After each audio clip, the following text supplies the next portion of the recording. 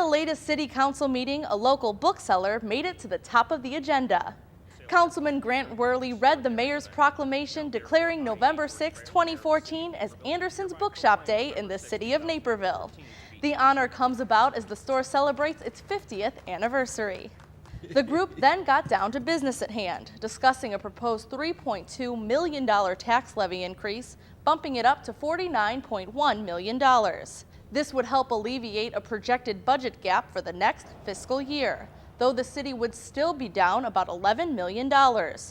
Council was reluctant to stick at that number, wondering if there might be other avenues to explore for cutting costs. Some members said not really.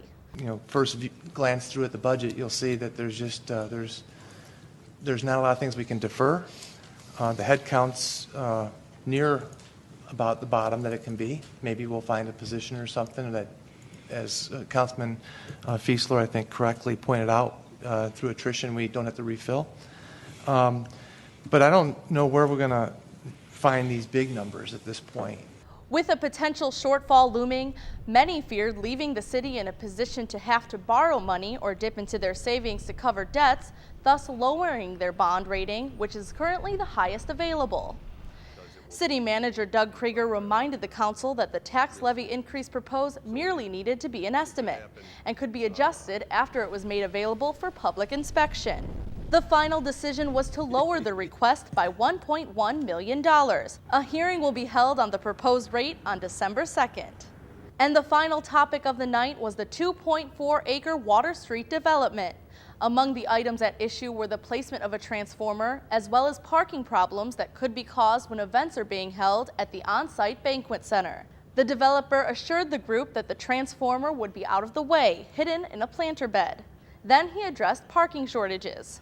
We did set up contingencies, a valet parking contingency. Valet parking was always part of the equation as a general amenity in the district, but we've also added a contingency for off-site overflow parking for high-demand events as a contingency.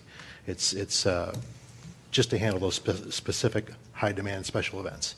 That wasn't enough to satisfy all of the members.